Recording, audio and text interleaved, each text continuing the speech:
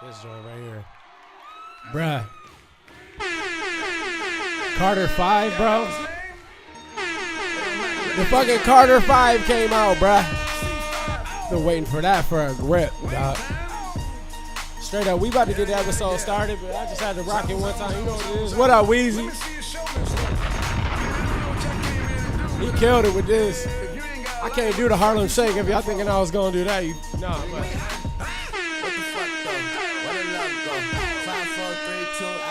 Start the show, baby. Bruh, the fucking Carter 5, bro. I've been waiting on the fucking Carter fucking 5 for like 5 years, dog. Is it? It might even, man, this is probably definitely longer. It's 2018. I'm getting old, but dog, Carter 5 is like, I was so happy. You know, it came, the rumor came out that it was supposed to come out like a week ago, a week before it actually did or something like that, and then it ended up dropping it that day, but then he didn't drop it till midnight, so everyone had to wait.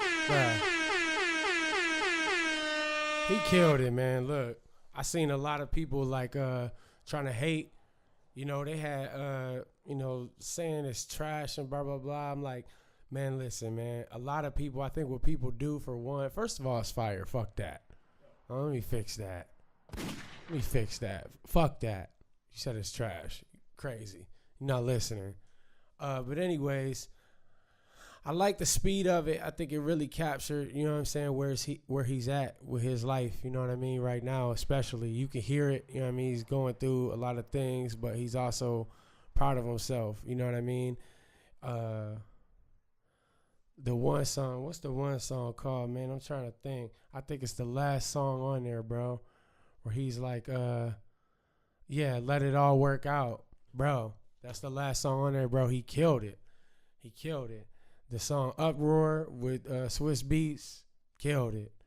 It's got the special delivery sample in there, killed it. People was hating on that at first. I kind of was too at first. And then I just listened to it a couple times. I was like, man, this shit is fire. Then he started the CD with the joint with Triple X on it. You know, rest in peace to the young man. And at first, I was kind of like, man, this is really how we starting to, is this how we starting the Carter 5? Like, you know, I kind of was like, I expected it to come out hard out the gate. So for a second, I was fooled by my own opinion because I expected it to be this way. So for a second, I didn't like it either because I was just like, but then I got to hear him spitting his verses, and then I was listening, and then it goes to the next song, and then it goes to the next song, and it goes to the next song, and I'm still rocking. I fuck with this shit.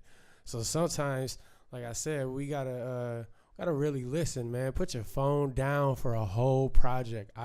Unless that motherfucker rings and it's money or something. If it ain't moms or somebody important to you, or some money, sit down and listen to music sometimes. Because I really think nowadays, especially because we surrounded by so much bullshit rap, whether you really fuck with the bullshit rap or not, you're surrounded by it. You're going to hear it a lot, especially if you go out and shit. And I fuck with a lot of the bullshit too, keep it real. But my point is people don't really hear lyricists no more, man. People don't really get lyrical too much anymore. So to some of y'all, it might not be that tight at first. You know what I mean? And just listen to that motherfucker, man. They even got that challenge going on. See all the motherfuckers doing a Harlem Shake to that Uproar. If you thought I was going to try to do that, I ain't about to make a fool of myself. But I think that shit's tight, though. The motherfuckers is doing it. That shit do make you want to move, but I can't do the Harlem Shake. So that's not happening. If you thought that I was going to do that, you blew it! You feel me? Because I'm definitely not about to kill myself like that. People who really know me will watch this shit, and they be like, man, fuck was you doing? You blew it! That would be a terrible idea. Kevin Gates dropped Luca Brasi Part 3. I listened to like half of it, and I just want to shout it out because it's out. Kevin Gates fans loving it. I hear a lot of good things about it. I haven't got to hear it all the way through. So what I'm going to do is I'm going to put my review on pause, and I'll get back to it. But the first couple songs, you know, it was cool. It sounded good. You know what I mean? I got to see the whole body of work before I really speak on it. But I want to shout it out because I do think Kevin Gates definitely got some skill. 2 Chainz, you know what I mean? Shout out 2 Chainz, drop your motherfucking 36 trap houses with Wu-Tang. Yeah, you ain't hip? Oh, you ain't hip? Oh, he ain't hip. Put the cover up right here. Look. Put the cover up right here. Look at this shit. This is the fucking 36 Trap Houses mixtape on datpiff.com, 2 Chainz. And he rapping to Wu-Tang beats. And some of the people from Wu-Tang is on there. This shit is pretty fucking fire. Gotta get some love to that.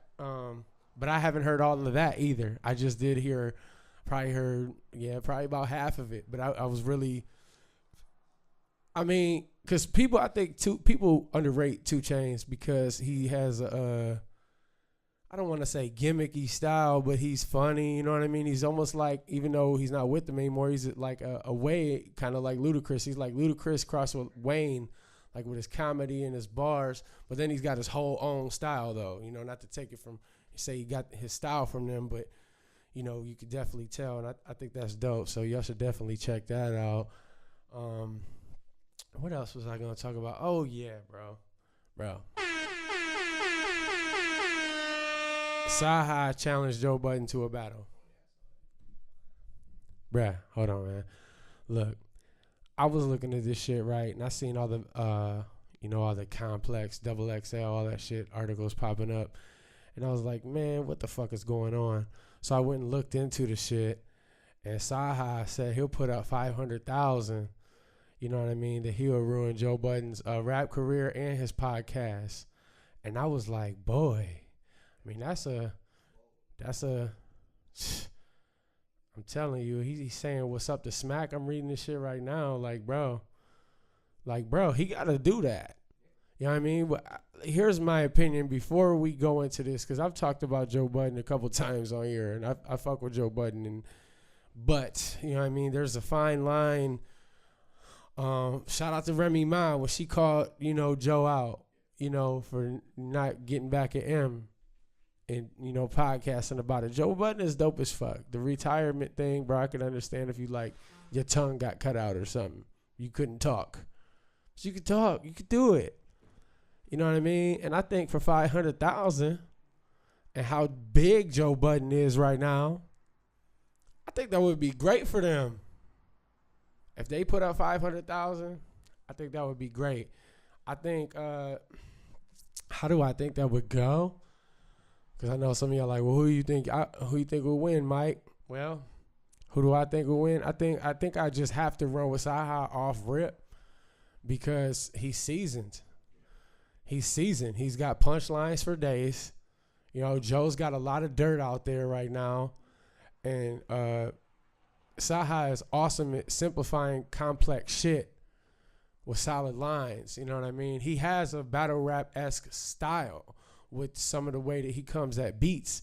And Joe Budden, I'm not saying he's not capable of it, but we seen him once, you know what I mean? And he hung up rapping. So as of right now, I'm just going to say that I think Saha wins that battle because it's probably not going to happen. Joe's got his shit with Spotify and his podcast and shit. He don't give a fuck. He's not bothered. But as a Joe Budden fan, Joe, if you seeing this, I'm bothered. I want you to shut up, motherfuckers like me who, really do fuck with you, but just disappointed that you retired. Fuck all that other shit, what people say about Joe, this, and that. Joe can spit. Joe's got mad fire tracks. I like a lot of his music, but a battle versus Saha the Prince. You blew it! If you even think that I don't see, Joe would have to have so much go out the gate. It would have to be like, bow. Like, it would have to be like Tyson punches off rip. Like, you could not hesitate. You couldn't rhyme scheme it up. You couldn't have a 16-bar setup like Joe will try to do. He'll try to, address the whole situation. Like, no, he got to come for that man's neck. And I just don't think Joe has that in him right now. I mean, personally, he's got M dissing him, and he's got Saha saying he wants to put up $500,000, and he's still saying that he's retired. You blew it! Bruh. Obviously, the game wants a piece of you, bruh. Obviously, the game wants a piece of you. M shitting on you. Saha shitting on you. Your fans are defending you. Your fans are sitting on you. I think you need to get to it, man. But, yeah, Saha would win that. If it happened, I would definitely just bet money on Saha versus Joe Budden fans. I'm a Joe Budden fan, but I would find the Joe Budden fans that are very passionate about Joe Budden, and I'd bet them whatever they're trying to bet. Because Saha, I just don't see. I'm not saying that he'll 3-0 or shit or just clean him, but he won't win. I don't see him winning. I don't see him having enough smoke. Anyways, on to the next subject, motherfuckers. I'm going to talk a little bit about the NFL, the National Football League. So, yo, week 4 just happened, and this crazy shit, right? I'm going to put this up, playoff picture. Okay, the Kansas City Chiefs are 4-0. It's crazy. Patrick Mahomes is killing the fucking game. And the NFC, Los Angeles Rams is 4-0. I don't really think that's too big of a fucking surprise for most people. That defense is stacked, and that offense is stout. They got it together. The coach, young coach. The fucking Cincinnati Bengals are number 2 in the AFC at 3-1. That makes my stomach sick. Makes me feel like I got gas. I just want to be like, bruh, I farted on that. Not feeling that. Fucking Chicago Bears are 3-1. Holy shit. I wonder why. I'm going to get to that in a minute. Miami Dolphins are 3-1. I'm going to speed this shit up. New Orleans Saints is 3-1. Tennessee Titans is 3-1. Washington Redskins is 2-1. Baltimore Ravens is 3-1. Panthers is 2-1. Jags is 3-1. Packers is 2-1-1-1. They tied the fucking Vikings. Bruh. Shit look crazy right now. There's not a lot of teams that you thought was going to be in there. There's a couple, but there's a couple surprise motherfuckers in there. But I'm not about to go through all the stats and go through the business. I'm just going to say that shit is crazy. I think there's going a lot of bad calls going on right now. In the NFL, the new rule, that they hit, the way you hit the quarterback, you know what I mean? And it's damn near impossible. You got to just give them bubble wrap. You know what I mean? Give them a bubble wrap backpack so they can fucking take the hits, because that's bullshit. You know what I mean? Kind of killing the game. I understand what they're trying to do, but it's the game that you're playing. You know what I mean? So anyways, moving on. I can't wait to do this part. Put his face up here. Put Jon Gruden's face up here. Bruh, I'm about to go in on something right now. Okay, look. You see this Saudi-ass face, right? Look at that Saudi-ass face. Look at this Saudi-ass face, bro. He's Saudi. Let me tell you why he's Saudi, bro. So far, Chucky has blew it. He's currently 1-3. He's the highest paid coach in the NFL. He makes $10 million a year, and the Raiders are fucking 1-3. Look at his face. Who's Saudier than Jon Gruden right now? I'm not done. Part of his Saudiness probably stems from the fact his dumbass got rid of Khalil Mack. And the Bears are 3-1 this year because of it. Look at Jon Gruden's face. Look. See it? I'm going to play this clip. Keep the face up there. Watch what Khalil Mack does that Jon Gruden got rid of. Got the Bears 3-1. And I want you to tell me in the comments who's Saudier than Jon Gruden. Play the clip. Yo. All right, look at this, bro. Right here. 2 minutes at the 2-minute mark. Right here, look. Look at this man. Look at this man. Who's Saudier than Jon Gruden, bro? Who's Saudier than Jon Gruden, bro? Bruh. Bruh, pause it right where he's stopping the ball. Look at that. Look at that. I can't even. You got it up there. Look at this motherfucker. Stealing his shit. Who's Saudier than Jon Gruden? Put it in the comments. Oh yeah, we still on. So make sure y'all comment that in the fucking comments. For real. Because nobody's saltier than Jon Gruden. Maybe a Raiders fan. That man is getting all the bread to be whacked and make terrible decisions. Phenomenally terrible decisions. Fart on that. So, yo. Man. Guess it's going to be a quick episode. I'm also going to talk about... make this short, yeah. So, Kanye sat down with dude from TMZ and said, this shit, play it. You had said that people have the ability to grow, and what I'm saying is, at a point... Yeah, what you're saying. So now I'm waiting for a question for me. My point is, at a point... Yeah, that's your point. I'm not... give up on them growing? No, we're not making a point. You're going to ask me a question. Do you give up on somebody growing when they are unrelenting at a point where you say they are who they are? And I love it. Now you asked me the perfect question. You set me up to win. We never give up on anyone. We never give up on anyone. Now let me even make that more positive. We move forward. We give love. We keep going. We keep having the conversation until the conversation turns to love. We keep going. I've been calling Colin this morning, reaching him so I can bring Colin to the White House and we can remove that sons of bitches statement and we can be on the same page. Bruh. Look, I don't really know which angle to take on this, but what I am going to say is this man always talks about trying to be a Walt Disney and trying to be so big. He does have the power to make something like this happen. So as of right now, all I really want to say is if he makes it happen and it goes over well, then that would be fucking amazing. If he could get Kaepernick and Trump together at the White House and to come to some type of, agreement on the situation and how they could respect each other and not, mainly Donald Trump not disrespecting him, help him get a better understanding. That would be awesome if Kanye could do that. But is Kanye going to do that? Is Donald Trump going to sit down with Kaepernick at the White House? I doubt it.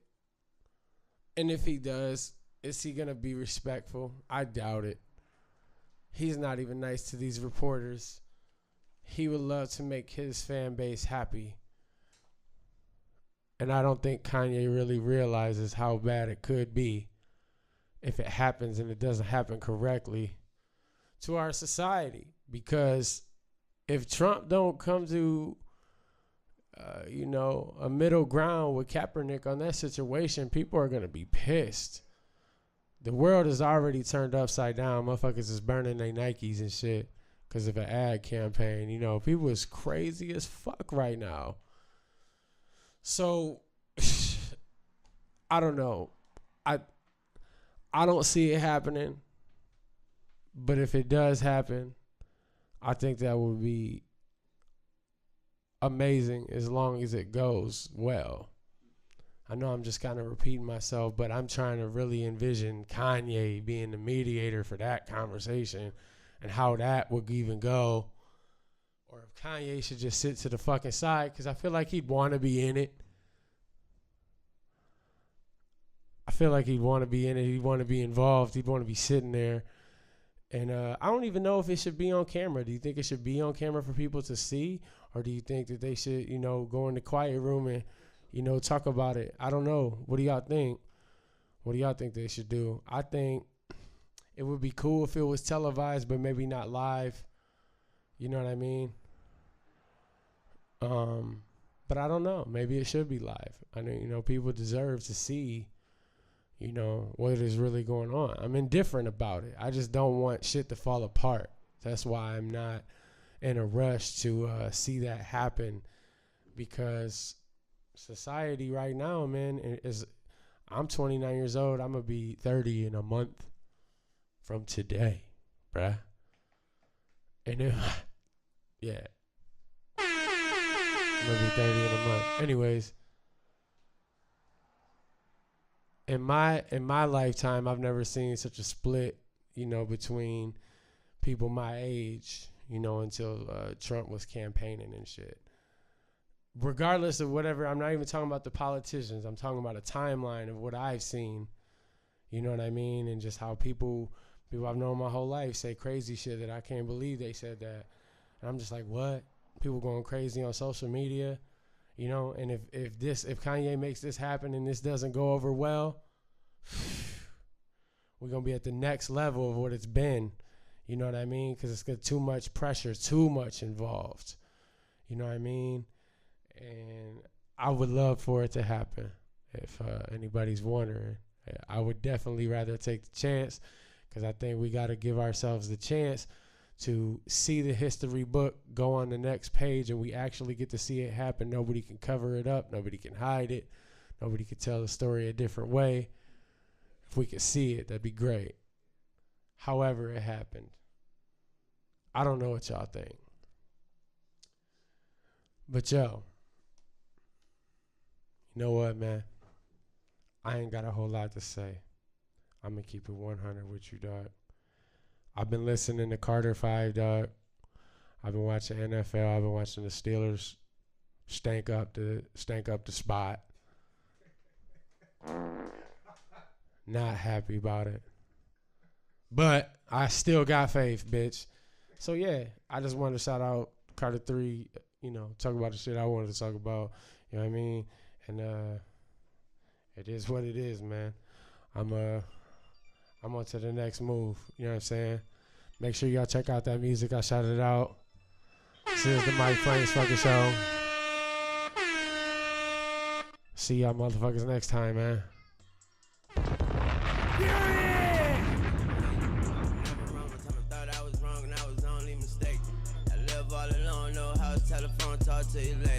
Hey, that Carter 5 though. I'm out. Off button, pause button, stop button, lock button, belly button, big ol' titty, she pop buttons.